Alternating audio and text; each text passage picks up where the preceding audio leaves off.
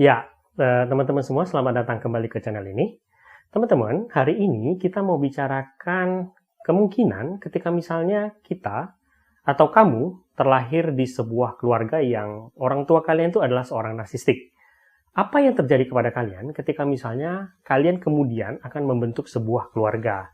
Nah, di beberapa waktu yang lalu, kita kan tahu ya, di media sosial kita kan waktu itu heboh gitu ya, di mana ada salah satu public figure yang mengatakan bahwa sekarang ketika dia menikah, dia memutuskan untuk child free, atau dia nggak mau punya anak gitu.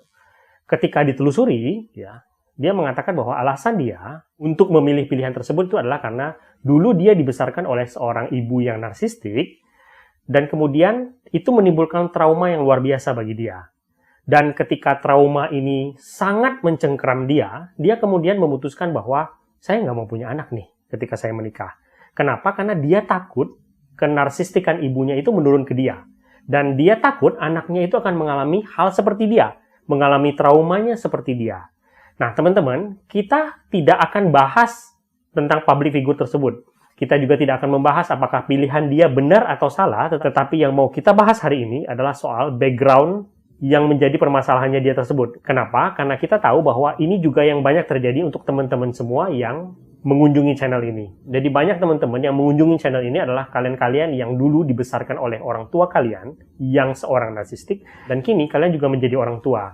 Kemungkinan apa yang terjadi? Dan pertanyaan terbesar adalah, apakah kita bisa menjadi orang tua yang normal? Nah, sebelumnya teman-teman, saya harus kasih tahu dulu, apa yang saya katakan di video ini semua adalah opini saya. Semuanya kembali ke teman-teman. Saya tidak akan mengatakan apa yang saya katakan ini benar atau tidak, tetapi saya serahkan semuanya kepada teman-teman. Saya ingin memberikan perspektif atau keadaan di mana teman-teman bisa menganalisa itu sendiri dan mengambil keputusan yang terbaik untuk diri kalian. Mari kita mulai. Jadi teman-teman, ketika misalnya kamu tumbuh gitu ya, dan orang tua kamu adalah seorang narsistik, kita boleh sepakat gitu bahwa kemungkinan besar keluarga kamu tuh akan jadi sebuah keluarga disfungsional. Gitu ya, akan ada anak emas di situ, akan ada anak scapegoat di situ. Kalian tidak akan tumbuh seperti sebuah keluarga yang normal. Itu yang dibahas di channel ini. Kemungkinan besar kita akan menyebut itu sebagai keluarga disfungsional. Gitu ya.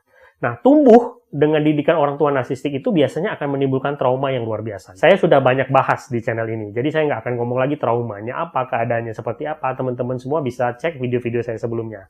Nah, sekarang, ketika kamu dewasa, ketika kamu menjadi orang tua, kemungkinan apa yang akan terjadi pada kamu sebagai orang tua? Pola asuh seperti apa yang kemungkinan besar akan kamu terapkan kepada anak-anak kamu? Menurut pengamatan saya, ketika kamu tumbuh di dalam asuhan orang tua narsistik, ketika kamu jadi orang tua, ada 3 kemungkinan yang akan kamu lakukan. Yang pertama, seperti kita ketahui gitu ya, yang terjadi pada public figure tersebut. Ketika kamu punya trauma yang luar biasa, kamu kemudian memutuskan untuk nggak mau punya anak. Gitu ya. Karena saking besarnya trauma yang kamu punya, kamu takut sekali bahwa anak-anakmu akan mengalami hal tersebut. Dan kemudian kamu memutuskan untuk mengambil jalan yang mungkin menurut kamu paling masuk akal. Daripada saya menurunkan itu kepada anak-anak saya, lebih baik saya nggak punya anak. Saya tidak akan menghakimi orang-orang yang mengambil keputusan tersebut, gitu ya. Karena setiap orang itu punya kebebasan, setiap orang punya hak untuk mengambil keputusan apapun di dalam kehidupannya dia, gitu ya.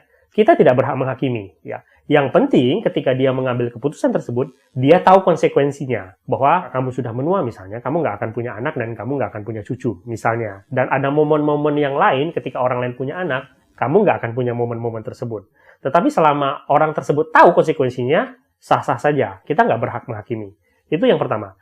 Yang kedua, teman-teman, ini yang kemungkinan paling buruk. Ada yang kemudian melanjutkan ke disfungsionalan keluarga tersebut. Kita menyebutnya generasional trauma. Artinya apa? Trauma yang diturunkan dari generasi ke generasi.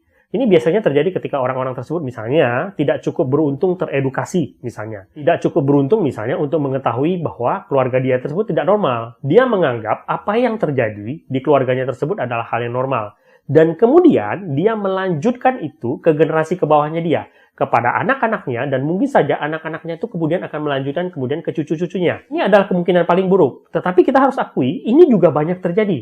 Gitu ya. Dan ini kemungkinan yang paling buruk yang kita semua nggak mau sebenarnya. Ya kan? Nah, sekarang, selain 2 kemungkinan itu kan ada kemungkinan ketiga. Yang biasanya saya lihat itu adalah ada pribadi-pribadi yang kemudian menyadari bahwa keluarganya itu disfungsional, tidak normal, dan kemudian dia memutuskan tidak mau melanjutkan kedisfungsionalan keluarganya tersebut, gitu ya.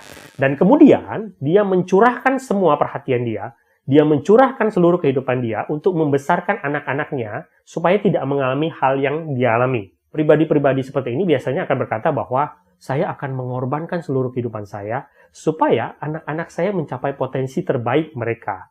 Dan dalam kenyataannya mereka memang melakukan itu, gitu ya. Mereka mengorbankan seluruh kehidupan dia supaya anak-anaknya itu bisa tumbuh dalam tanda kutip normal atau ideal lah, begitu kita katakan seperti itu. Nah, pertanyaannya adalah apakah tipe ketiga ini benar-benar normal dan ideal? Ya.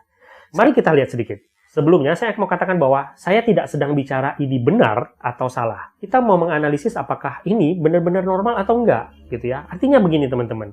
Ketika misalnya kamu memutuskan menjadi orang tua yang kemudian ya, menaruh kepentingan anakmu dan kemudian mengorbankan kehidupan kamu, teman-teman, kita harus jujur loh bahwa sebenarnya itu juga nggak ideal dan normal kan sebenarnya. Artinya bahwa begini, idealnya tuh guys sebenarnya, normalnya itu sebenarnya adalah bahwa kita berusaha membesarkan anak-anak kita, memaksimalkan potensi mereka, membuat mereka bersinar. Tetapi di sisi lain, kita juga memaksimalkan potensi kita. Kita juga mempunyai hak untuk bersinar. Sebenarnya, idealnya kan begitu. Normalnya itu begitu, gitu. Tetapi masalahnya adalah ketika kamu punya trauma, gitu ya, kamu merasa opsi itu nggak ada. Secara nggak sadar gitu ya, ketika kita berusaha memaksimalkan potensi kita menjadi ketakutan. Kita merasa bahwa, oh, ketika saya mementingkan diri saya, berarti saya menelantarkan anak-anak saya. Kita tanpa sadar memelihara ketakutan tersebut, gitu loh. Ini yang menurut saya banyak terjadi, gitu ya. Nah, sekarang kita balik dulu ke permasalahan awal. Tadi ya, berarti ketika kamu dibesarkan oleh orang tua NPD, misalnya, 3 kemungkinan tersebut, gitu ya. Pertama, kamu memilih child free. Yang kedua, kamu menurunkan kedisfungsionalan keluarga tersebut ke anak-anakmu. Ketiga, kamu mengorbankan dirimu untuk anak-anakmu. Yang mana, secara menyedihkan, kita harus akui bahwa sebenarnya nggak ada yang benar-benar normal dari 3 pilihan tersebut. Dan kita mungkin harus terima kenyataan bahwa ketika kamu misalnya dibesarkan oleh orang tua NPD, gitu ya, secara menyakitkan kita harus akui gitu bahwa mungkin kita nggak akan bisa jadi orang tua yang normal.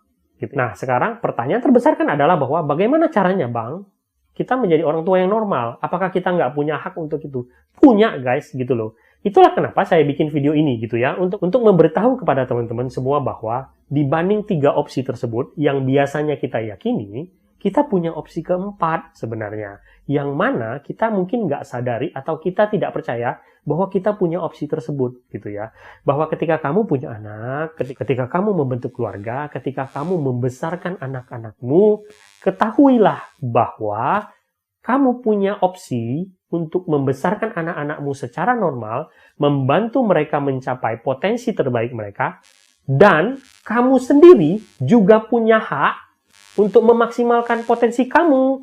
Kamu juga berhak untuk bersinar, dan itu bisa dilakukan secara bersama-sama. Mungkin bagi yang nggak ngalamin, mungkin mereka akan berkata, masa sih orang nggak menyadari seperti itu? Tetapi bagi kalian yang punya trauma, pasti tahu bahwa yang saya katakan ini kemungkinan besar terjadi kepada kalian. Satu-satunya jalan yang paling memungkinkan kita untuk menjadi orang tua normal tersebut itu adalah bahwa ya dengan edukasi gitu.